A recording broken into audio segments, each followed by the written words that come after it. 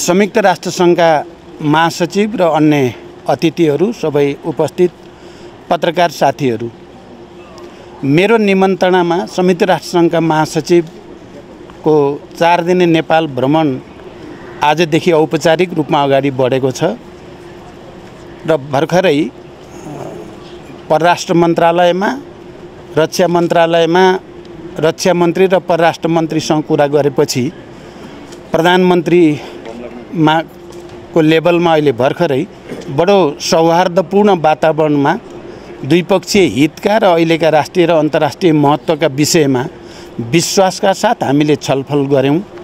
मुख्य रूपमा हाम्रो क्लाइमेट चेन्ज, मौसम परिवर्तनसँग सम्बन्धित विषयमा हामीले गम्भीर रूपले चर्चा गर्यौं र नेपालमा त्यसको जो परिणाम चाहिँ नकारात्मक परिणाम छ त्यसलाई कम गर्नको लागि अन्तर्राष्ट्रिय समुदाय, मुख्यतः संयुक्त राष्ट्र संघको महासचिवको हैसियतले उहाँले खेलेको भूमिकाको हामीले उच्च प्रशंसा गर्यौं र आउने दिनमा अझ ठुलो सहयोगको अपेक्षा हामीले गर्यौं। त्यसैगरी नेपालको शान्ति प्रक्रिया, यो ट्रान्जिसनल जस्टिस अन्तर्गत जो अन्तिम चरणमा छ, त्यसलाई टुङ्गोमा पुर्याउन पनि अन्तर्राष्ट्रिय समुदाय र संयुक्त राष्ट्र संघको महासचिवको हैसियतले उहाँको महत्त्वपूर्ण भूमिका हुने कुरा पनि हामीले गर्यौं। त्यसैगरी नेपालको आर्थिक विकास र समृद्धिको बारेमा, अनि हामी एलडीसीबाट ग्रेजुएट हुँदैछौँ हामी 26मा, त्यो प्रक्रियालाई सहज बनाउन र एसडीजी यो चाहिँ 2030 सम्म हामी जो चाहिँ लक्ष्य राखेका छौँ त्यसको स्मुथ ट्रान्जिसनको लागि पनि हाम्रो बीचमा असाध्य सकारात्मक छलफल भयो। मैले निकै खुसी पनि व्यक्त गरेँ, सन्तुष्टि पनि, कि महासचिव, संयुक्त राष्ट्र संघको महासचिवलाई नेपालको राजनीतिक उतार चढाव बारे पनि सबै कुरा थाहा छ पहिले नै, नेपालको शान्ति प्रक्रियाको बारेमा, नेपालको मौसम परिवर्तन क्लाइमेट चेन्जको असरको बारेमा पनि उहाँलाई सबै कुरा थाहा छ।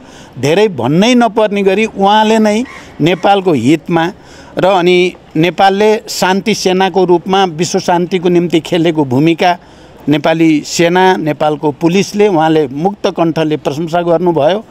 हामीले पनि त्यसमा हामीले गरेको योगदान अनुसार फिल्डमा पनि र हेडक्वार्टरमा पनि त्यसको उचित सम्मान होस् भन्ने कुरा पनि हामीले राख्यौं र निकै नै सौहार्दपूर्ण र विश्वासको वातावरणमा हाम्रा कुरा भए र आउने दिनमा यो भ्रमणपछि राष्ट्रसङ्घ र नेपालको बीचमा र अन्तर्राष्ट्रिय समुदायसँग हाम्रो सम्बन्धलाई सहजीकरण गर्न पनि महत्त्वपूर्ण भूमिका खेल्ने विश्वास हामीले व्यक्त गरेका छौं। Thank you.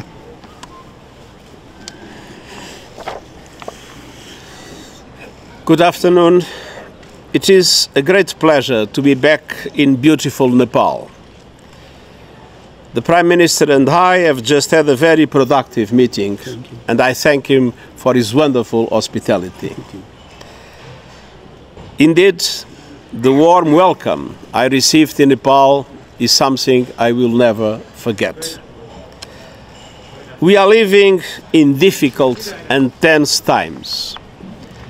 I know that even though the conflict in the Middle East is thousands of miles away, it has hit very close to home for the people of Nepal. I extend my deepest condolences to the families of the 10 Nepalese students killed in the terror attacks by Hamas in Israel on 7 October. And my best wishes for the safe return of Mr. Bipin Joshi, who is missing. I have just arrived here from Qatar, and I will continue to insist on the immediate and unconditional release of all the hostages in Gaza. And I repeat my utter condemnation of the appalling attacks perpetrated by Hamas. There is no justification ever for the killing, injuring, and abduction of civilians. The situation in Gaza is growing more desperate by the hour. I regret that instead of a critically needed humanitarian pause supported by the international community, Israel has intensified its military operations. The number of civilians who have been killed and injured is totally unacceptable. All parties must respect their obligations under international humanitarian law. That law emerged from the tragedy and awful experiences of war. I've always been consistent in my call for strict compliance of the well-established principles and rule of international humanitarian law. The protection of civilians is paramount. The laws of war establish clear rules to protect human life and respect humanitarian concerns. Those laws cannot be contorted for the sake of expedience. The world is witnessing a humanitarian catastrophe taking place before our eyes.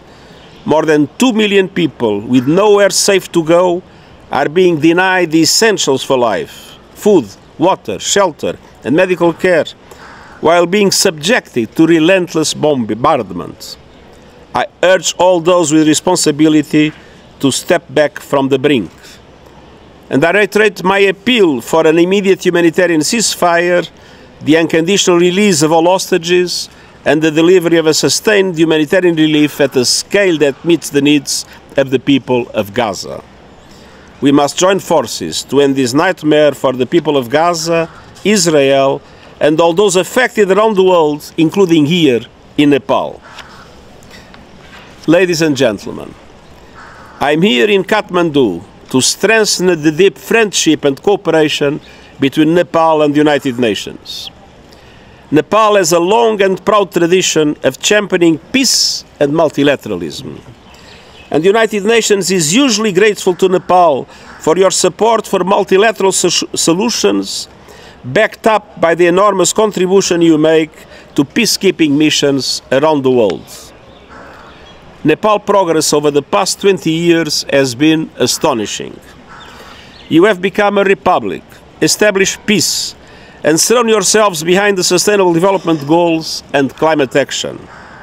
And there is more to come. The next few years will be decisive as Nepal prepares to graduate from least developed country status and as it embarks on the final stages of the peace process with transitional justice. Transitional justice must help to bring peace to victims, families, and communities. And the United Nations stands ready to support Nepal to develop a process that meets international standards, the Supreme Court's rulings, and the needs of victims, and to put it into practice. Nepal is also caught in a blizzard of global crises not of its making.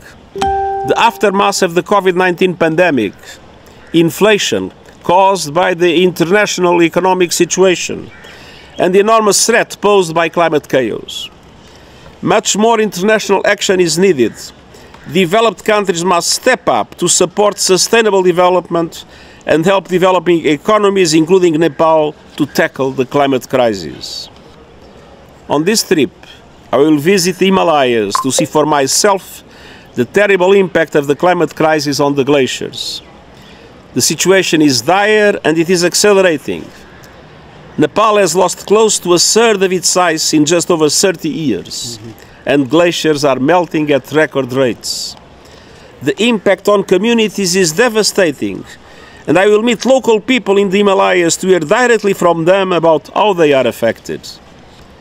I will travel to Pokhara and to Lumbini to reflect on the Lord Buddha's teachings of peace and non-violence, which are more relevant than ever in our deeply troubled world.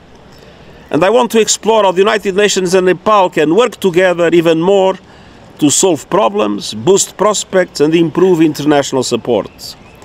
Because Nepal is a friend of the world, and so the world must be a better friend to Nepal. Working together, we can make that a reality, and I thank you.